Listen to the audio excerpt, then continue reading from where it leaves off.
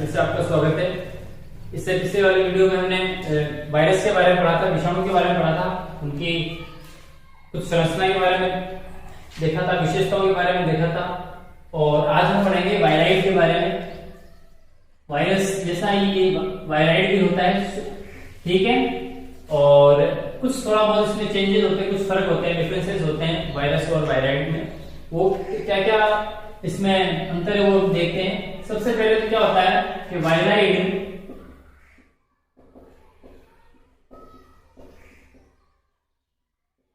RNA के बने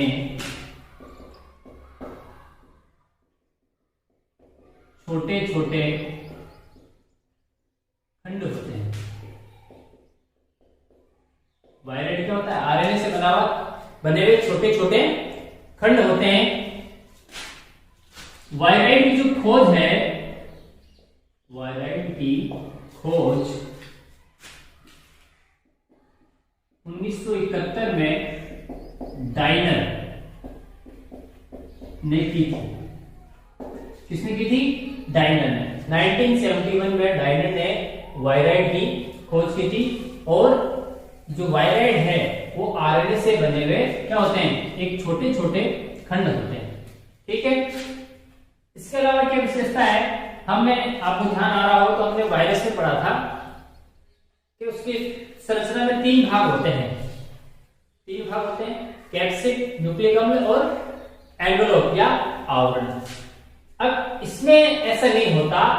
अच्छा, वो कैप्सिड था क्या? हमने देखो कैप्सिड पढ़ा था ना। कैप्सिड वायरस के चारों ओर पाया जाने वाला प्रोटीन का आवरण है। प्रोटीन का आवरण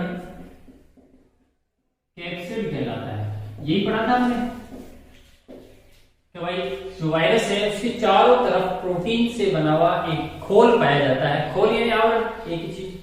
तो वायरस प्रोटीन से बना हुआ, वायरस के चारों तरफ क्या होता है? एक खोल पाया जाता है। और उस खोल को हम क्या कहते हैं? कैप्सिड कहते हैं। ये तो हुई वायरस की बात। लेकिन वायराइड में ऐसा नहीं होता। वायराइड में प्रोटीन की खोल नहीं पाई जाती है ना। वायराइड के चारों ओर प्रोटीन की खोल नहीं पाई जाती।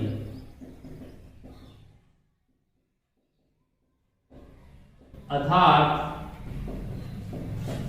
वायराइड में क्या होता है? कैप्सिड का अभाव होता है। कैप्सिड का अभाव होता है। प्रोटीन का खोल यानी कैप्सिड। क्योंकि प्रोटीन का खोल नहीं है तो हम ऐसे लिख सकते हैं कि भाई वायराइड के अंदर कैप्सिड का क्या होता है? अभाव होता है। और हमें पता है कैप्सिड यानी क्या होता है? प्रोटीन की खोल या प्रोटीन का आवरण।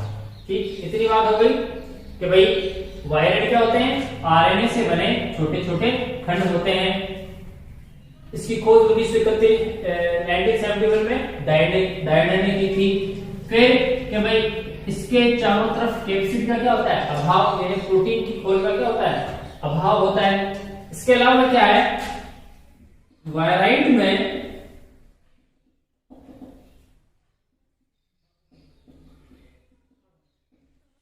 न्यूक्लिक अम्ल का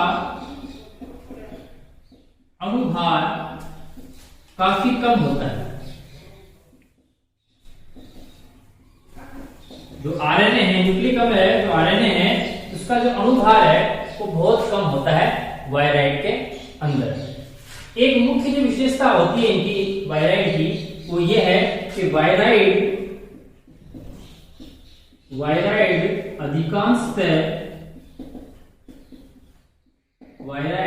अधिकांशतः उच्च श्रेणी के जो पादप होते हैं, उच्च श्रेणी के पादपों में क्या करते हैं? रोग उत्पन्न करते हैं। तो वायराइड अधिकांशतः उच्च श्रेणी के पादपों में ही रोग उत्पन्न करते हैं। देखो वायरस क्या है, रोगजनक है, अनेक प्रकार के रोग उत्पन्न करते हैं वायरस। इसी प्रकार वायराइड भी क्या करते हैं, अलग अलग रोग हैं, वो उच्च श्रेणी के पादप हैं, इसमें क्या करते हैं, रोग उत्पन्न करते हैं। इसका मतलब क्या हुआ, वायराइड भी क्या होते हैं, रोग कारक होते हैं। अर्थात वायराइड भी रोग कारक होते हैं। अब हमने यहां पर बात की है कि भाई जो वायराइड है ये अधिकांश उस श्रेणी के जो पादप आते हैं, उस श्रेणी के पादप उनके अंदर ही रोग उत्पन्न करते हैं, उस श्रेणी के पादपों में। तो हमें एक नाम याद आता है एग्जाम्पल के तौर पर, जिसमें वायराइड के द्वारा जो वायराइड के द्वारा फैलाया गया रोग है, इसका नाम है potato spindle tumour. Potato spindle tumour ये किसके द्वारा होता है, ये रोग वायराइड के द्वारा होता है, वायराइड के द्वारा ये रोग उत्पन्न होता है। तो इस प्रकार वायराइड की हम संरचना देखें तो ये आरएनए से बने हुए होते हैं और छोटे छोटे खंडों के रूप में होता है। इसके चारों ओर कैप्सिड का या प्रोटीन का खोल है वो अनुपस्थित होता है तथा नहीं पाया जाता है।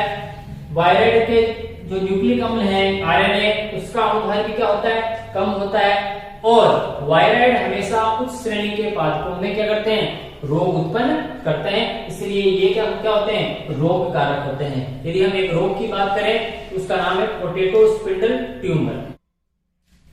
अब देखिए अभी हमने बात की थी इसकी संरचना के बारे में, तो यदि हम इनकी विशेषताएं जाने कि वायराइड की कौन कौन सी विशेषताएं होती हैं, तो देखिए क्या क्या विशेषताएं पाई जाएंगी वायराइड की। पहली चीज, अभी जो हम लास्ट बिंदु हमने देखा था कि वायराइड क्या करते हैं, हमेशा उच्च श्रेणी के पौधों में ही रोग उत्पन्न करते हैं। तो हम लिख सकते हैं वायराइड हमेशा पौधों में ही रोग उत्पन्न करते हैं। और हमने इसका उदाहरण भी लिखा था, पोटैटो स्पिंडल ट्यूबर। ठीक है, तो वायराइड हमेशा पौधों में रोग उत्पन्न करता है। फिर हमने एक बात की थी आरएनए के बारे में, हमने पढ़ा था कि भाई आरएनए होता है छोटे छोटे खंडों के रूप में होता है ना। तो वायराइड का जो आरएनए होता है, वायराइड का आरएनए वो क्या होता है, सिंगल स्टैंडर्ड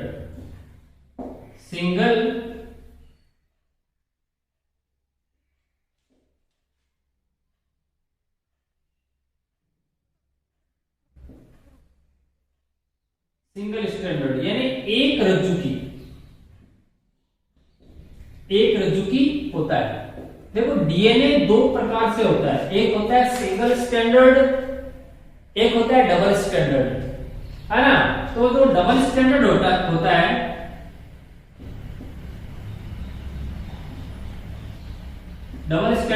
है वो कैसा होता है, देखो वो आप सभी परिचित हो, वो कुछ इस प्रकार से होगा,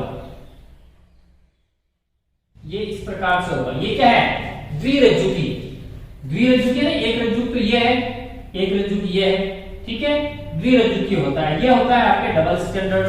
और यदि इस प्रकार की संरचना हो तो ये क्या होता है, सिंगल, है ना, सिंगल। और ये क्या हो गया, डबल। तो इसका जो आरएनए होता है वायराइड का, वो डबल स्टैंडर्ड ना होकर क्या होता है, सिंगल स्टैंडर्ड। और सिंगल स्टैंडर्ड को हिंदी में बात करें तो एक रज्जु की होता है। कौन, आरएनए। इसके अलावा एक चीज और आती है इसके अंदर कि भाई आरएनए का अणु होते हैं वो बहुत ही छोटे छोटे होते हैं। पहले हमने बात कर ली थी ना कि वायराइड किससे बना होता है, आरएनए के छोटे छोटे अणुओं से। तो अब ये विशेषता ये बन जाती है कि वायराइड के आरएनए अणु बहुत छोटे छोटे होते हैं, बहुत ही छोटे होते हैं आरएनए अणु। चौथी विशेषता की बात करें तो फिर हमने देखा था कि वायराइड के चारों तरफ कैप्सिड का क्या होता है, अभाव होता है, अभाव होता है। अब कैप्सिड का अभाव है, इसका मतलब क्या है कि प्रोटीन का अभाव है, प्रोटीन के खोल का अभाव है। तो वायराइड के चारों तरफ, वायराइड के चारों ओर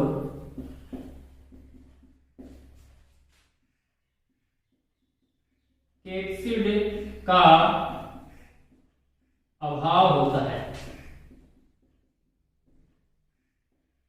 तो कैप्सिड के अभाव होने के कारण, कैप्सिड के अभाव के होने के कारण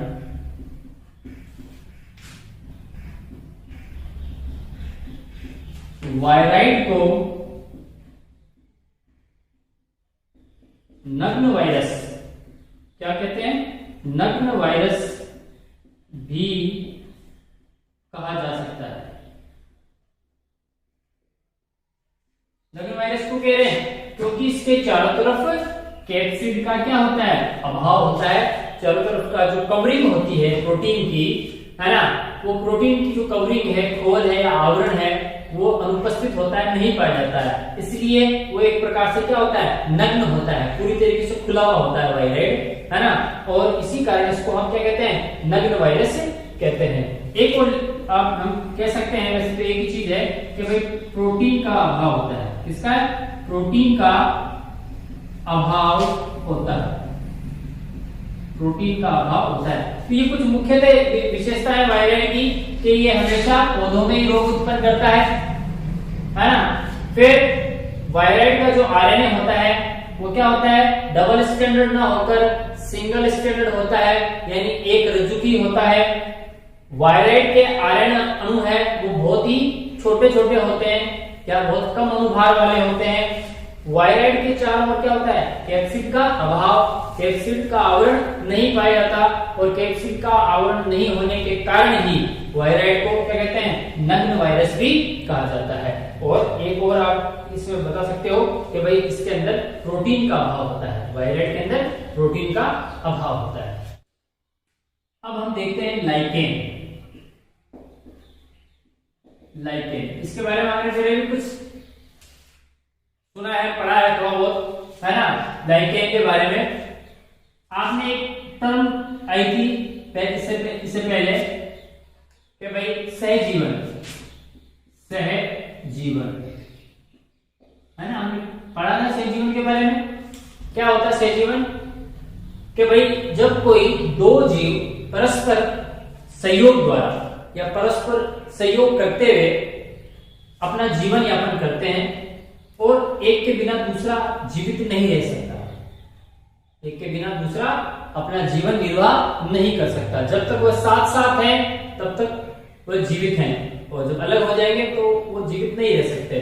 तो उन्हें हम क्या कहते हैं, उस प्रकार के उदाहरणों को क्या कहते हैं, सहजीवन, सहजीवन या संयुग्मित जीवन। तो जब कोई दो जीव साथ साथ निवास करते हैं और पूर्ण रूपेण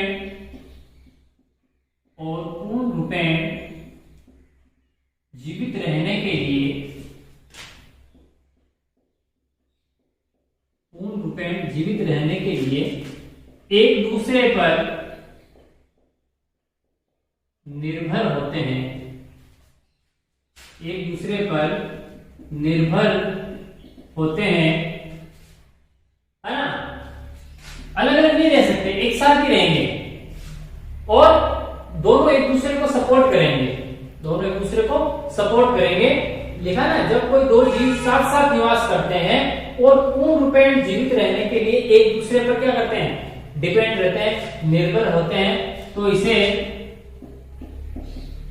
सहजीवन या संयुग्मित जीवन कहते हैं। सहजीवन या संयुग्मित जीवन कहते हैं। और इसका जो उदाहरण है सबसे अच्छा वो आता है हमारे लाइकेन, जो कि अब हम पढ़ेंगे। तो इसका मतलब क्या हुआ, लाइकेन क्या है, सहजीवन का उदाहरण है। और अभी हमने देखा है सहजीवन क्या है कि जिसमें दो जीव साथ साथ रहकर अपना जीवन यापन कर रहे हैं, तो वह क्या कहलाता है, सहजीवन कहलाता है, संयुग्मित जीवन कहलाता है। और लाइकेन किसका उदाहरण है, लाइकेन है सहजीवन का या संयुग्मित जीवन का उदाहरण है। तो अब देखो लाइकेन में अभी हमने बात की कि जब दो जीव साथ साथ होंगे तो वो सहजीवन होता है। तो लाइकेन में फिर जाहिर सी बात है दो जीव होंगे, तो कौन से जीव होंगे, एक होगा कवक और एक होगा आपके शैवाल। तो कवक और शैवाल, यहाँ पर दो जीव आ गए। कंडीशन इसकी जो शर्त है सहजीवन की, उसकी यही शर्त है कि दो जीव साथ साथ रहने चाहिए और दोनों पूर्ण रूप एक दूसरे पर डिपेंड होते हैं, है ना, हर प्रकार से, भोजन के लिए, आवास के लिए, हर प्रकार से एक दूसरे पर डिपेंड होते हैं, तो वो सहजीवन होता है। तो लाइकेन भी सहजीवन का उदाहरण है। तो अब हमें पता चल गया है कि लाइकेन के अंदर क्या होते हैं, कवक और शैवाल, ये दोनों साथ साथ रहेंगे और सहजीवन का उदाहरण प्रस्तुत करते हैं। ठीक है, तो लाइकेन में कवक व शैवाल दोनों साथ साथ रहते हैं। अब चूंकि दोनों साथ साथ रहते हैं इसलिए क्या है, सहजीवन का उदाहरण है। हमने लाइकेन लिखा है, क्यों, क्योंकि यहाँ पर कवक और शैवाल है, दोनों साथ साथ रहते हैं। यदि हम बात करें इन दोनों की, कवक और शैवाल की, तो इन दोनों में से कवक की मात्रा अधिक होती है, कवक की मात्रा अधिक होती है और शैवाल की मात्रा अपेक्षाकृत कम होती है।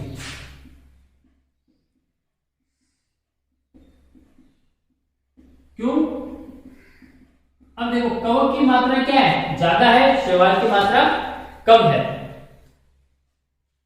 कवक है वो अधिक मात्रा में पाया जाएगा, शैवाल है वो कम मात्रा में पाया जाएगा। लेकिन होंगे दोनों साथ साथ ही, है ना। ए का जो प्रतिशत भाग है वो ज्यादा है, ए का प्रतिशत भाग क्या है, कम है। तो कवक का भाग ज्यादा है और शैवाल का भाग क्या है, वो कम है। यदि हम इसके उदाहरण की बात करें तो एक आता है आपके प्रोटोकोकस, ये एक लाइकेन का उदाहरण है। और एक आप देख सकते हो सिस्टोकोकस, प्रोटोकोकस और सिस्टोकोकस, ये क्या है, लाइकेन्स के उदाहरण है, प्रोटोकोकस और सिस्टोकोकस। तो इसमें क्या होता है, शैवाल और कवक हैं, दोनों साथ साथ रहेंगे और दोनों एक दूसरे पर क्या है, डिपेंड रहते हैं अपने जीवित रहने के लिए। अब यहां पर बात आती है, यदि इन दोनों को अलग अलग कर दिया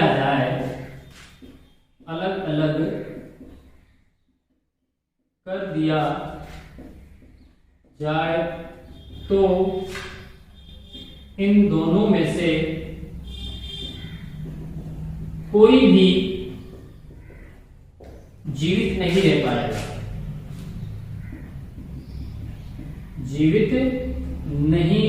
रह पाएगा, है ना। यहाँ पर बात है ना, अपन ने पहले क्लियर कर दी कि हमेशा ये साथ साथ रहेंगे। जैसे ही अलग अलग हुए, किसी एक को अलग कर दिया तो दोनों क्या हो जाएंगे, वो खत्म हो जाएंगे, नष्ट हो जाएंगे। शैवाल भी हो जाएगा और आपके कवक भी हो जाएगा। तो जब तक साथ हैं तब तक जीवित हैं, जब अलग कर दिए जाएंगे तो उनकी क्या हो जाएगी, मृत्यु हो जाएगी। तो यदि दोनों को अलग अलग कर दिया जाए तो दोनों में से कोई भी जीवित नहीं रह पाएगा। ठीक है, तो इनका साथ साथ रहना जरूरी है, और साथ साथ क्योंकि रह रहे हैं तभी ये सहजीवन का उदाहरण बनते हैं, है ना। तो अब क्या होगा, इसमें अलग अलग कवक और अलग अलग शैवाल मिलकर, जरूरी थोड़ी सारे के सारे पर्टिकुलर एक ही प्रकार के शैवाल, है ना, एक ही प्रकार के कवकों से जाकर मिलेगा, अलग अलग कवक अलग अलग प्रकार के शैवालों से जाकर मिलता है, जिसके कारण लाइकेन की अनेक जातियों का क्या होता है, निर्माण होता है। अलग अलग शैवाल वे कवक आपस में मिलते हैं, इस कारण लाइकेन्स की अनेक जातियों का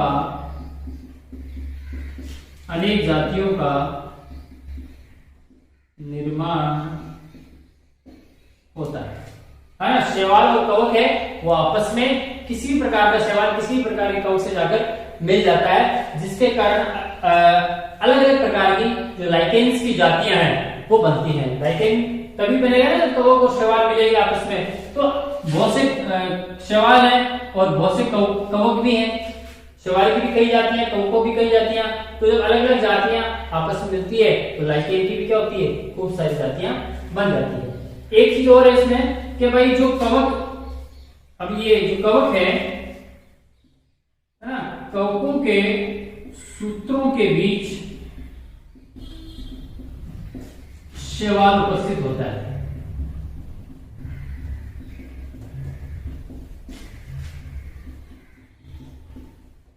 कवकों के सूत्रों के बीच क्या होता है, शैवाल उपस्थित होता है। जैसे मान लीजिए ये कोई भाग है पूरा लाइकेन, तो यहाँ पर मान लो ये कवक है, फिर बीच में छोटा सा हिस्सा है शैवाल, फिर कवक, फिर शैवाल। तो इस प्रकार अलग अलग कवकों के जो सूत्र हैं उनके बीच बीच में क्या होता है, शैवाल है वो क्या होती है, उपस्थित होती है। लेकिन सबसे हेड पर, शीर्ष पर कौन रहेगी, शीर्ष पर हमेशा शैवाल ही रहती है। कौन रहती है, शैवाल ही रहेगी। सबसे टॉप में कौन रहेगा, शैवाल रहेगी। हालांकि बीच बीच में भी शैवाल फंसी भी होती है कवक सूत्रों के बीच में, लेकिन सबसे ऊपर कौन रहता है, वो शैवाल ही रहती है। ठीक है, तो ये लाइकेन्स है जिसमें कवक और शैवाल साथ साथ में रहते हैं। ठीक है, दोनों एक दूसरे के बिना क्या जीवित नहीं रह सकते, दोनों को एक दूसरे की आवश्यकता होती है। अलग अलग प्रकार के कवक और अलग अलग प्रकार के शैवाल है वो आपस में मिलकर लाइकेन की अनेक प्रकार की जातियों का निर्माण करते हैं। यदि दोनों में से किसी एक को अलग कर दिया जाएगा तो दोनों ही क्या हो जाएंगे, नष्ट हो जाएंगे। तो सबसे पहला भेद देखिए कि भाई जो लाइकेन होता है, लाइकेन वायु प्रदूषण के प्रति बहुत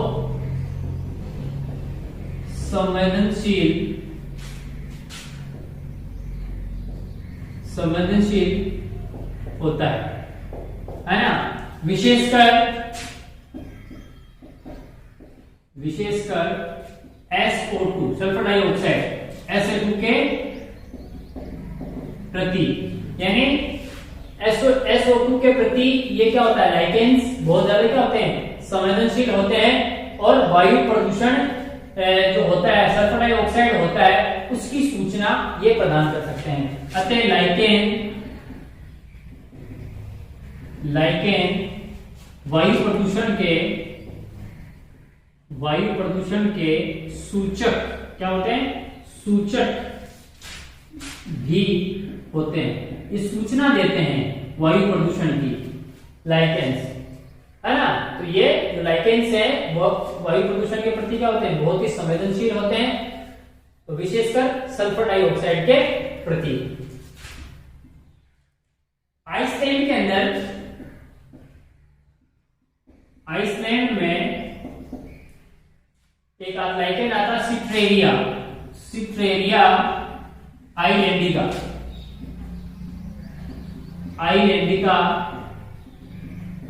लाइकेन, जिसे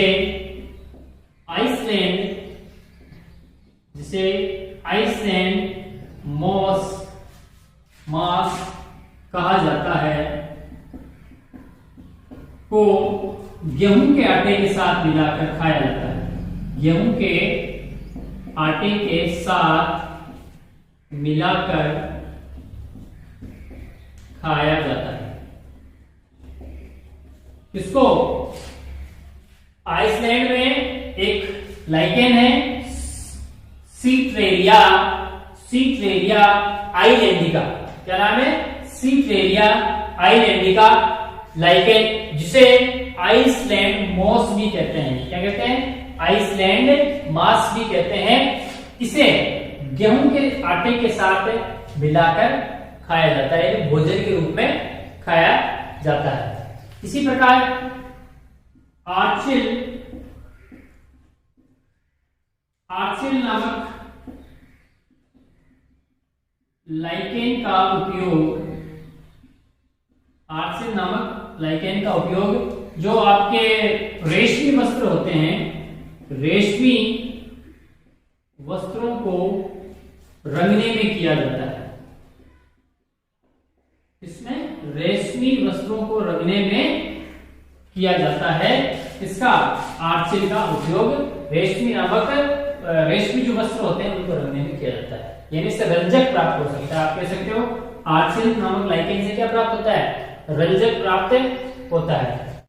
चौथा टॉपिक है हमारे। अब यहाँ तक तो हमने देख लिया कि भाई जो आर्चिल है उससे क्या है? रेशमी वस्त्रों को रंगने में इसका उपयोग किया जाता है। एक और आपके लाइकेन है रोसिला नामक लाइकेन से, ठीक है, रंजक व लिटमस प्राप्त किया जाता है। क्या? रंजक और लिटमस प्राप्त किया जाता है। ठीक है। उसके बाद में पांचवा है एक अम्बिलिकेरिया, नाम ध्यान रखना, अम्बिलिकेरिया लाइकेन आर्कटिक प्रदेशों में भोजन के रूप में ग्रहण किया जाता है। भोजन के रूप में ग्रहण किया जाता है। किसे? अम्बिलिकेरिया एक लाइकेन आता है जो कि आर्कटिक प्रदेश है, वहां पर भोजन के रूप में ग्रहण किया जाता है। इसके अलावा एक और बिंदु आता है कि भाई जो हवन सामग्री है, हवन सामग्री बनाने के लिए एक तो पार्मिलिया और रेमेलाइना नामक लाइकेन का उपयोग होता है।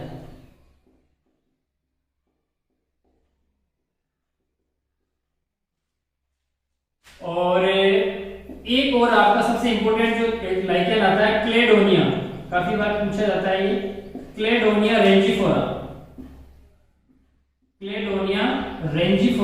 और इसे एक नाम और इसे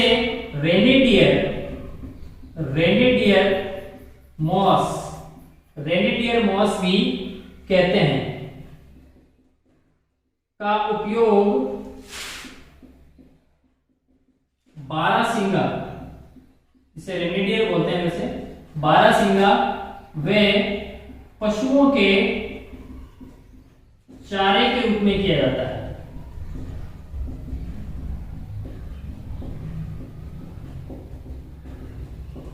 ठीक है। तो ये कुछ लाइकेन्स के महत्व है, फिर से देख लीजिए आप कि भाई एक तो सबसे पहले ये वायु प्रदूषण का सूचक है। क्यों? क्योंकि सल्फर डाइऑक्साइड के प्रति क्या है? बहुत संवेदनशील होता है।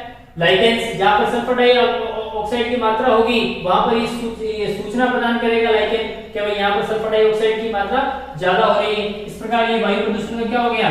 सूचक हो गया। फिर हमने दूसरा देखा है कि जो आइसलैंड है वहां पर सिट्रेरिया आइलैंडिका नामक एक लाइकेन पाई जाती है, जिसे आइसलैंड मास भी कहते हैं, और इसको वहां के लोग गेहूं के आटे के साथ मिलाकर भोजन के रूप में ग्रहण कर लेते हैं। फिर आर्चिल नामक एक लाइकेन है जिसको रेशमी जो वस्त्र होते हैं, जैसे रेशमी धागे हैं या वस्त्र हैं, उनको रंगने में इसका उपयोग किया जाता है। जो एक और लाइकेन है रोसिला, इसका उपयोग भी रंजक बनाने में और लिटमस पत्र बनाने में इसका यूज किया जाता है। फिर एक अम्बिलिकेरिया लाइकेन, जो आर्कटिक प्रदेश है, ठंडे प्रदेश है जहां पर बर्फ जमी रहती है हमेशा, वहां के लोग इसको भोजन के रूप में ग्रहण करते हैं। इसी प्रकार जो हवन सामग्री है, धूप अगरबत्ती बनाने के लिए, वहां पर भी पार्मिलिया और रेमेलाइना नामक लाइकेन्स का उपयोग किया जाता है। और एक सबसे इंपॉर्टेंट आता है क्लेडोनिया रेंजिफोरा। क्या नाम है? क्लेडोनिया रेंजिफोरा। और इसे रेनेडियर मास भी कहते हैं। क्यों? क्योंकि जो ध्रुवीय प्रदेश होते हैं, ठंडे प्रदेश होते हैं, वहां पर जो बारहसिंगा होते हैं और जो अन्य पशु होते हैं वो इसे चारे के रूप में यूज करते हैं। ठीक है, ये 7 पॉइंट है लाइकेन्स के। एक और है, जैसे प्राचीन समय में क्या किया जाता है कि जो कुत्ते काटते थे, कुत्तों के काटने के स्थान पर